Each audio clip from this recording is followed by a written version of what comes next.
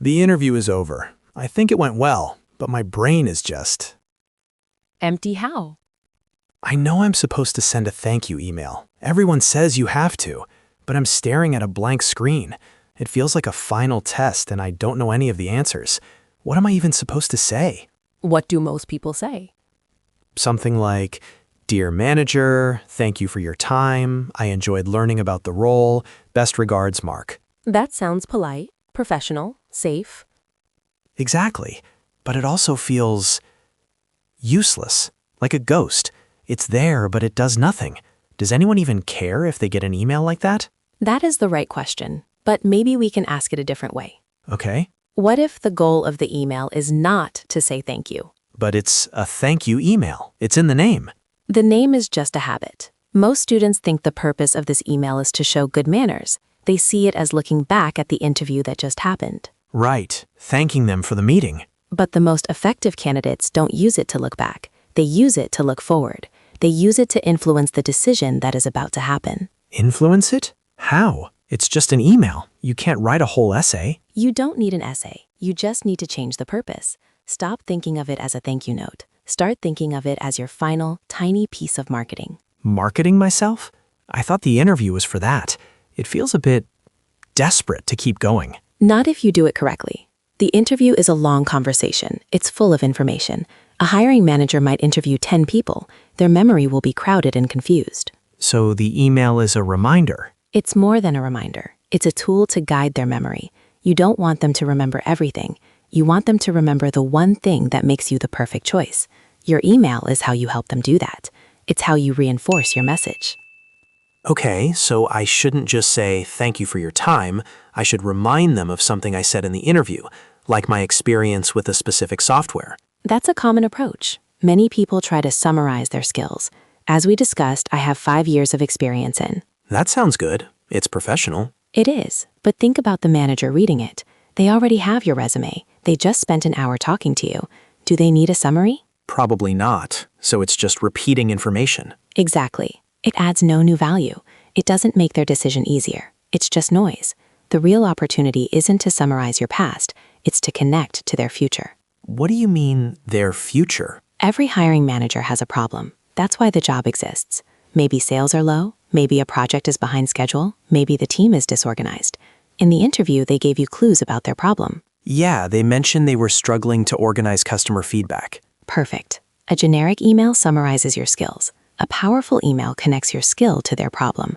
It shows you weren't just listening to the questions, you were listening to the meaning behind the questions. So instead of saying, "I have experience with organizing data," You say something that shows you understand their specific challenge. It shows you are already thinking like a member of their team. A comment like that is truly insightful. so I could write, "I enjoyed our conversation about the challenge of organizing customer feedback. It reminds me of a system I built in my last role that increased response times by 20%. Something like that. Exactly. Look at what that sentence does. It's not about you. It's about them. It shows you listened, you understood their problem, and you have already solved a similar problem before. It's not a summary, it's a solution. That feels much more powerful, but also much harder. What if I can't remember a specific problem they mentioned? My mind goes blank after interviews sometimes. I'm just so relieved it's over. That's completely normal. You don't need to remember every detail, just one. Before you even write the email, just sit and think for 5 minutes. Ask yourself, what was the one moment in the conversation where they seemed most interested? What problem did they talk about with the most energy? I see. So you find that one moment and build the email around it. It's about quality, not quantity. Precisely. And that brings us to the next mistake students make. They worry so much about sounding professional that they end up sounding like a robot. I definitely do that. I search online for professional business phrases and try to use them. Why? What is the feeling you are trying to create? I want to sound serious, competent, like I belong in their company. But do serious, competent people you know actually talk like that? Further to our conversation, I wish to reiterate my aforementioned qualifications. No, never. It sounds unnatural. And it creates distance. The goal of the interview was to build a human connection. Why would you want to break that connection with cold, formal language? Your email should sound like you, a professional version of you, but still you. The goal is professional warmth, not corporate distance. So less formal language, more like a real person. Yes. The entire message from start to finish should be clear, warm, and direct. It needs to be incredibly concise. How short are we talking? 3 paragraphs? One paragraph is often enough, maybe 5 or 6 sentences total. Remember, the manager is busy. A long email is a chore. A short, powerful email is a gift.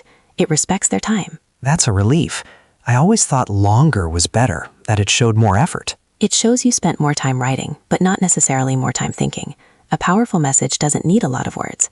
It just needs the right ones. It needs to resonate with the problem the manager is trying to solve. So it should be a short, warm email that connects one of my skills to one of their problems. That's the core of it. Okay, this is making sense, but I still feel a bit stuck. If this is so important, the pressure is even higher. What if I try to be insightful, but I get it wrong? What if they think my email is weird? Wouldn't a boring, safe email be better than a bad one? That's the fear, isn't it? The fear of being judged. Yes, it feels safer to be forgettable than to be remembered for the wrong reason. They're making a decision about my future. I don't want to mess it up with one email. That's a reasonable fear, but let's look at the reality. The hiring manager just spent an hour with you. They have your resume, they have their notes. The email will not completely change their mind if they already think you are a bad fit. Okay, that's true. But if they are deciding between you and 2 other candidates who are very similar, who all did well in the interview, what then? Then every small detail matters. Exactly. The 2 candidates who send a generic "thank you for your time" email are erased from memory. They become invisible. The candidate who sends a thoughtful, insightful email becomes more real. Their story becomes clear. The email doesn't get you the job, but it can absolutely be the thing that keeps you in the race.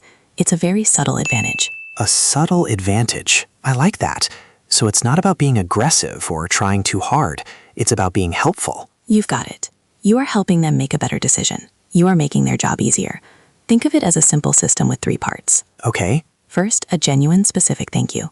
Not "thank you for your time." More like, "Thank you for the conversation today. I particularly enjoyed discussing the new marketing project." It proves you were listening. Part 1. Specific gratitude. Got it. Second, the bridge. This is where you connect their need to your experience. The sentence you created earlier was perfect. Our discussion about organizing customer feedback was very insightful, and it connects directly to my experience building a similar system in my last role. Part 2. The bridge. Connect their problem to my solution. And third, an enthusiastic look forward. Not a passive "I look forward to hearing from you," but an active, confident "I am very excited about the possibility of contributing to your team." It shows confidence, not desperation. Specific gratitude, the bridge, and a confident look forward. 1 sentence for each, maybe. And that's it. You write it, you read it once for mistakes, and you send it within 24 hours. The whole process takes 10 minutes of thinking and 5 minutes of writing. When you put it that way, it feels manageable. It feels like a clear plan, not a scary, empty page.